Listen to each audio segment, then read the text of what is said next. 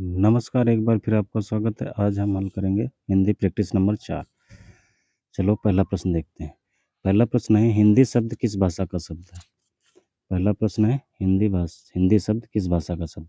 हिंदी का है, अरबी का है, फारसी का है या तुर्की का? तो ये फारसी शब्द है। हिंदी जो शब्द है वो फारसी शब्द है। दूसरा प्रश्न देखते हैं। दूसरा प्रश्न है निम्न में अवध भाषा के रचनाकार हैं। सूरदास जी हैं, मीराबाई, तुलसीदास या सभी?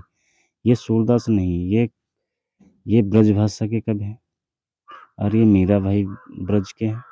ये तुलसीदास जो हैं ये अवधी भाषा के कवि। अगला प्रश्न देखते हैं। अगला प्रश्न है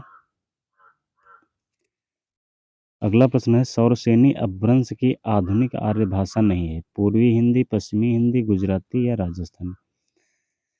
तो ये पूर्वी हिंदी जो है ये नहीं है। पश्चिमी हिंदी, गुजराती है, राजस्थानी। अगला प्रश्न देखते हैं। अगला प्रश्न है राज्य विधानमंडल की भाषा क्या होगी? संविधान के किस अनुच्छेद में लिखा है? तो ये है अनुच्छेद 120 है या अनुच्छेद 220 है या 343 या 348 है। अगर संसद की भाषा देखी जाए तो ये संसद की भाषा है 220। नहीं, संसद की नहीं है, संसद की है 120 और विधानमंडल की 220।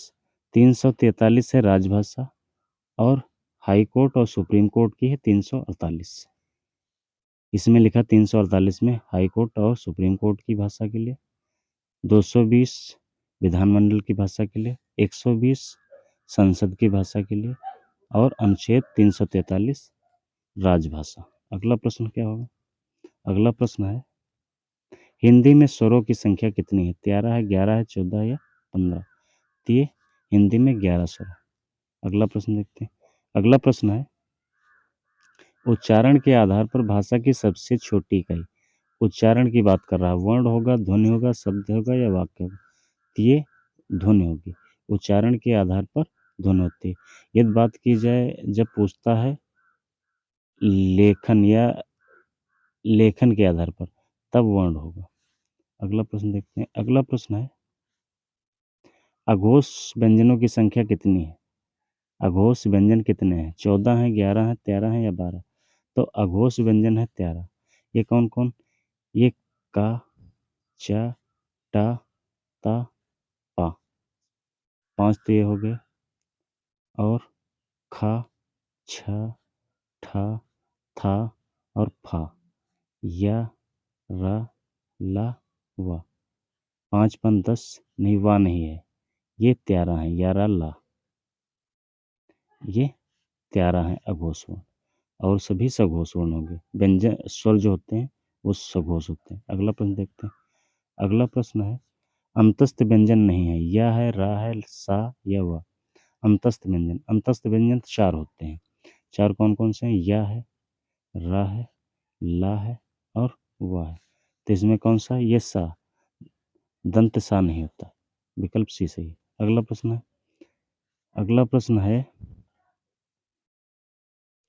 अगला प्रश्न है किसी अधिकारी द्वारा अपने समकक्ष अधिकारी शासकीय कार्य व्यवहार के लिए प्रयोग किया जाता है। कौन सा पत्र प्रयोग किया जाता है?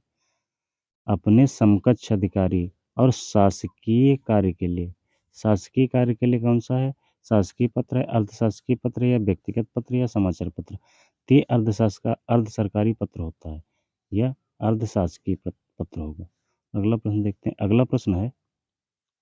अगला प्रश्न है जनता की राय जानने के लिए संसद द्वारा किसी बिल को गजट में प्रकाशित करने के लिए किस पत्र का प्रयोग किया जाता है? अगर कोई संसद में बिल आता है तो उस पे चर्चा होने के बाद वो जनता के लिए गजट में प्रकाशित कराया जाता है। तो किस प्रकार से? तो सरकारी पत्र के माध्यम से, परिपत्र के माध्यम से, सभी या व्यवहारिक पत्र के माध्यम से? तो ये सरकारी पत्र के माध्यम से प्रकाशित किया जाता है। अगला प्रश्न देखते हैं। अगला प्रश्न है निम्न में अशुद्ध वर्तनी वाला शब्द है। अधीन, अनधिकार, तत्कालिक या तात्कालिक? तो तत्कालिक सही लिखा है, अनधिकार सही लिखा है या अधीन भी सही लिखा है? ये तत्कालिक नहीं होगा, तात्कालिक होगा। इक प्रत्यय अगर लगा है तो पहले वर्ण में बदलाव हो जाता है, वो गुरु वर्ण हो जाता है। अगला प्रश्न देखते हैं। अगला प्रश्न है अगला प्रश्न निम्नलिखित में अशुद्ध शब्द है। आविष्कार, चार दीवार या सांसारिक या प्रामाणिक। तो देखो इसमें एक प्रत्यय लगा है, तो इसमें प्रामाणिक होना चाहिए। प्रामाणिक, तो ये लिखा है प्रामाणिक, ये विकल्प डी सही है। अगला प्रश्न देखते हैं। अगला प्रश्न है विद्यालय शब्द में संधि है। दीर्घ स्वर संधि, यण स्वर संधि, वृद्धि स्वर संधि या अयादि स्वर संधि। तो ये विकल्प ए सही होगा, दीर्घ स्वर संधि, क्योंकि आ से बड़ा आ बनेगा, या फिर बड़ा आ प्लस बड़ा तब भी बड़ा आ ही बनेगा। उसके बाद देखो आ के बाद ई उ या रि से अगर आ जाए तो कौन सी संधि बनेगी? दीर्घ तो बनेगी नहीं, तो ये बनेगा अय, अय बनेगा, अय। तो अय अयाद बनेगी नहीं, ये होगा गुण या होगा यण। तो ये आपके लिए छोड़ रहे हैं, आप कमेंट में इसे करके बताएं। एक क्वेश्चन तो अपने आप करिए, हमने दो विकल्प तो काट ही दिए, दो विकल्प बचे हैं। अगला प्रश्न देखते हैं। अगला प्रश्न है पयोद का संधि विच्छेद होगा। पादन योद, पहधन द, ऐ पयोधन द, पैधन द। अच्छा, ये विसर्ग संधि है, पह धन द, तो यह ये हो जाएगा विकल्प बी सही है। अगला प्रश्न देखते हैं। अगला प्रश्न है निम्न के निम्न में व्यंजन संधि नहीं है। दिग्गज, दिग्धन गज, दिग्गज, गाँव का मनो धनहर। तो ये मना धन हर होता है, मना धन हर, मनोहर हो जाएगा। तो ये विकल्प बी सही है। अगला प्रश्न देखते हैं। अगला प्रश्न है निम्न में अन उपसर्ग नहीं है। निम्न में अन उपसर्ग नहीं है। अनमोल, अनबन, अनपढ़ या भरपेट। देखो इसमें मूल शब्द जो होता है, मूल शब्द से मोल है, बन है और पढ़ है, और उसके पीछे उपसर्ग लगे हैं। इसमें भी अन है, इसमें भी अन है, और इसमें भी अन है। भरपेट में पेट मूल शब्द है, भर जो है उपसर्ग है। विकल्प डी सही है। अगला प्रश्न देखते हैं। अगला प्रश्न है लुटेरा शब्द में प्रत्यय का प्रयोग किया गया है। अन, एरा, लूट या रा। प्रत्यय शब्द के अंत में लगता है, तो ये विकल्प बी सही होगा, एरा। अगला प्रश्न देखते हैं। अगला प्रश्न है हिंदी के कितने उपसर्ग हैं? उपसर्ग 14, 15, 13 या 17। हिंदी में 13 उपसर्ग होते हैं। अगला प्रश्न देखते हैं। अगला प्रश्न है दो या दो से अधिक शब्दों के मेल से बने सार्थक शब्द क्या कहलाते हैं? व्यास, संधि, समास या शब्द। समास का जो विलोम होता है वो व्यास होता है। समास का जो विलोम होता है वो व्यास होता है। जब दो या दो से अधिक जो शब्द होते हैं और जब शब्द बनता हो उसका कोई अर्थ हो या सार्थक अर्थ जब बता रहा है तो समास, विकल्प सी सही होगा। अगला प्रश्न देखते हैं। अगला प्रश्न है लाल मणि में समास होगा तत्पुरुष, कर्मधारय, बहुब्रीहि और अव्ययभाव समास। तो इसमें लाल मणि, तो ये कर्मधारय, विकल्प बी सही होगा। अगला प्रश्न देखते हैं। अगला प्रश्न है मकान शब्द है अरबी, फारसी, हिंदी या चीनी। तो ये विकल्प बी सही, फारसी है। अगला प्रश्न देखते हैं। अगर हिंदी की बात किया जाए तो ये गृह या घर कहा जाता है इसके लिए, मकान के लिए। अगला प्रश्न देखते हैं। अगला प्रश्न है रेलगाड़ी शब्द किस प्रकार का शब्द है? तत्सम, तद्भव, देशज या संकर। जब दो दो भिन्न भिन्न शब्द आ जाते हैं और जब एक शब्द बन जाता है वो संकर शब्द होते हैं, तो ये रेलगाड़ी जो है वो संकर शब्द है। अगला प्रश्न है। अगला प्रश्न क्या है? परीक्षा शब्द का तत्सम रूप होगा इच्छा, परख, रख या परवी। तो ये फर्क होता है, परीक्षा का फर्क होता है। अगला प्रश्न क्या है? जब कोई शब्द वाक्य के अंग के रूप में जब कोई शब्द वाक्य के अंग के रूप में प्रयुक्त किया गया हो उस शब्द को किस नाम से जाना जाता है? तो वाक्य पद, उसे वाक्य कहेंगे, पद कहेंगे या पदबंध कहेंगे या शब्द कहेंगे। तो उसे पद कहा जाता है। जो शब्द वाक्य में जब शब्द प्रयोग हो जाते हैं तो वो पद हो जाते हैं, उन्हें पद नाम से जाना जाता है। अगला प्रश्न देखते हैं। अगला प्रश्न है पर्वतों की श्रृंखला रेखांकित शब्द में संज्ञा है जातिवाचक, व्यक्तिवाचक, समूहवाचक या भाववाचक। तो इसमें ये समूहवाचक हो जाएगा। अगर केवल पर्वत दिया जाता तब तो ये हो जाता जातिवाचक। लेकिन अगर देख रहे हो पर्वतों की श्रृंखला दिखा रहा है, तो ये रेखांकित शब्द पूरा है, तो इसमें समूहवाचक में आएगा। अगला प्रश्न देखते हैं। अगला प्रश्न है, निम्न में विकारी शब्दों का भेद नहीं है, क्रिया विशेषण संज्ञा सर्वनाम और क्रिया। तो इसमें विकारी शब्द कितने प्रकार के होते हैं? संज्ञा होती है, सर्वनाम, क्रिया होता है और विशेषण होता है। विशेषण, तो इसमें क्रिया विशेषण नहीं है, विकल्प ए सही है। अगला प्रश्न देखते हैं। अगला प्रश्न है, मौसमी शब्द में विशेषण है, गुणवाचक, संख्यावाचक, सार्वनामिक या सभी? गुणवाचक विशेषण होगा, विकल्प ए सही होगा। अगला प्रश्न देखते हैं। 29 नंबर, मैं दुख भूल गया। क्रिया का प्रकार है सकर्मक, अकर्मक, सहायक या प्रेरणार्थक। देखो, हमने आपको बताया, पहले ही बता चुके हैं। क्या से प्रश्न करो, क्या भूल गया, तो इसमें उत्तर आएगा दुख। दुख भूल गया, तो ये सकर्मक हो जाएगा, विकल्प ए सही है। अगला प्रश्न देखते हैं।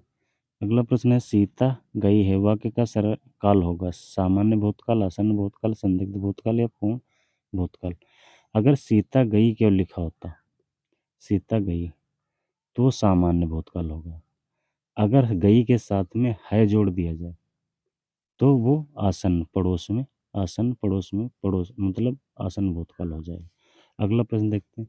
अगला प्रश्न है, आकाश का पर्यायवाची शब्द नहीं है, अम्ब, अंबर, घव और तारापथ। ये तीनों तो हैं, लेकिन अम्ब जो है ये नहीं, विकल्प ऐसे ही। अगला प्रश्न देखते हैं। कुबेर का पर्यायवाची शब्द नहीं, राजराज, किन्नर, नरेश, पयोद या अनद। देखो, ये तीनों हैं, ये पयोद नहीं है, पयोद समुद्र का पर्यायवाची है। अगला प्रश्न देखते हैं। एक का विलोम शब्द होगा, अद्वितीय, अनेक। एक का अनेक ही हो जाएगा, विकल्प बी सही होगा, अन्य विकल्प देखने की जरूरत नहीं। अगला प्रश्न देखते हैं। अगला प्रश्न है, कृत्रिम शब्द शब्द का विलोम होगा, कृत्रिम शब्द का विलोम होगा, नैसर्गिक, प्राकृत, अछूत या अनूढ़। अनूढ़ तो ये हो जाएगा, हाथी का पर्यायवाची है, ये हो जाएगा, विकल्प बी सही होगा, प्राकृत। अगला प्रश्न देखते हैं। अगला प्रश्न है, राधा खाना खाती है, वाक्य का वाच्य। अच्छा देखो, उसमें वाच्य में होता क्या है, वाच्य में क्रिया क्रिया देखी जाती है, क्रिया की पहचान होती है। क्रिया एक वचन है या फिर दूसरी चीज़ देखी जाती है कि वो पुल्लिंग है या स्त्रीलिंग है, तो उसमें बदलाव हो जाता है क्रिया में। अब देखो, राधा खाना खाती है, राधा खाना खाती है। अगर यहाँ पर हम कर्ता बदल के देखें, राम खाना खाता है, खाता है। देखो, कर क्रिया में बदलाव हो गया, यहाँ पे खाती है, यहाँ पे खा खाता है। यहाँ पे स्त्रीलिंग थी, यहाँ पुल्लिंग हो। तो अगर कर्ता बदलने से क्रिया में बदलाव हो रहा, तो वो कृतवाच्य होगा। अगला प्रश्न देखते हैं, विकल्प ए सही है। अगला प्रश्न है, अगर जिसके पार देखा ना जा सके, वह के लिए एक शब्द होगा, अपूर्व, अदृश्य, अभूतपूर्व या अपारदर्शी। अपारदर्शी होगा, विकल्प डी सही होगा। अगला प्रश्न देखते हैं। अगला प्रश्न है, जो पहले न देखा गया वाक्य हो के लिए एक शब्द होगा, अदर्शनी, अदृष्टपूर्व या अज्ञात या अनंत। तो ये अदृष्टपूर्व हो जाए, पूर्व का मतलब है पहला, और अदर्शनीय जिसे देखा न जाए, ठीक है। अज्ञात जो जिसे जाना न गया हो, अनंत जिसका कोई अंत ना हो। अगला प्रश्न देखते हैं। अगला प्रश्न है, अर्ध विराम चिन्ह है, ये वाला तो पूर्ण विराम हो गया, ये हर वो ये हो गया प्रश्नवाचक, ये विकल्प बी सही होगा। अगला प्रश्न देखते हैं। अगला प्रश्न है, सीता ने गीता को दो चार लड़ियाँ गाई। सीता ने गीत की दो चार लड़ियाँ गाई, वाक्य में किस प्रकार की त्रुटि है? देखो, जब इसमें देखो, यहाँ पे लड़ियाँ, जो लड़ियाँ नहीं, यहाँ पे कड़ियाँ होता है। कड़िया क्या, कड़िया शब्द कौन सा है? कड़िया है, संज्ञा है, सर्वनाम है, क्रिया है या विशेषण है? तो ये संज्ञा शब्द है, तो संज्ञा संबंधी शुद्धि हो जाएगी। अगला प्रश्न देखते हैं। अगला प्रश्न है, आँख ठंडी होने मोहरों ठंडी होना मोहरे का अर्थ है, खूब रोना, धीरज बांधना, कार्य पूरा होना या बहुत प्यार होना। एक कार्य जब पूरा हो जाता है तो आदमी की आँख ठंडी हो जाती है, कहावत है। अगला प्रश्न देखते हैं। अगला प्रश्न है, हाथ खींचना मुहावरे का अर्थ है, अलग होना, पीछे होना, आगे होना या साथ होना। तो ये हाथ खींचना मतलब है दूर हो जाना, तो ये विकल्प ए सही है। अगला प्रश्न देखते हैं। अगला प्रश्न है पगड़ी उतारना मुहावरे का अर्थ है इज्जत इज्जत उतारना, मान रखना या शांत बैठना। ये किसी की इज्जत अपनी इज्जत उतार लेना, यही पगड़ी उतारना है। अगला प्रश्न है काव्य की आत्मा किसे कहा जाता है? अलंकार, रस, वाक्य या शब्द? तो ये रस को कहा जाता है काव्य की आत्मा। अगला प्रश्न है अगला प्रश्न है रस के कितने अंग होते हैं? 1 होते हैं, 3 होते हैं, 4 या 5? रस के 4 अंग होते हैं। अगला प्रश्न कौन सा है? चौपाई छंद में कितनी मात्राएँ होती हैं? 12, 14, 16 या 18? चौपाई में 16, ये बहुत बार पूछा जाता है। अगला प्रश्न देखते हैं। अगला प्रश्न है अलंकार शब्द में धातु है, कार है, अलम है, आल है या अब? ये अलम विकल्प बी सही है, अलम धातु से बना है, अलम धन कार। अगला प्रश्न है आदिकाल को आरंभिक काल किसने कहा? ग्रियर्सन, महावीर प्रसाद द्विवेदी या मिश्रबंद या हजारी? ये महावीर प्रसाद द्विवेदी जी ने कहा है, विकल्प बी सही है, आदिकाल को आरंभिक काल। अगला प्रश्न है मैथिली शरण गुप्त की रचना है प्रिय प्रवास, साकेत, कुरुक्षेत्र या सभी? तो ये साकेत जो है ये मैथिली शरण गुप्त जी की रचना है। अगला प्रश्न अगला प्रश्न है दिन और दिन का अर्थ है दिवस, अर्थ दिन, गरीब, दिन, रात, आज या कल? तो विकल्प दिन का अर्थ होता है दिन या दिवस और दिन का गरीब या कंचन। अच्छा, अब बात करते हैं संविधान में मूल भाषाएं थी कितनी? 22 थी, 18 थी या 24? तो इसमें 14 भाषाएं थी, 14 भाषाएं 14 भाषाएं थी। चलो धन्यवाद।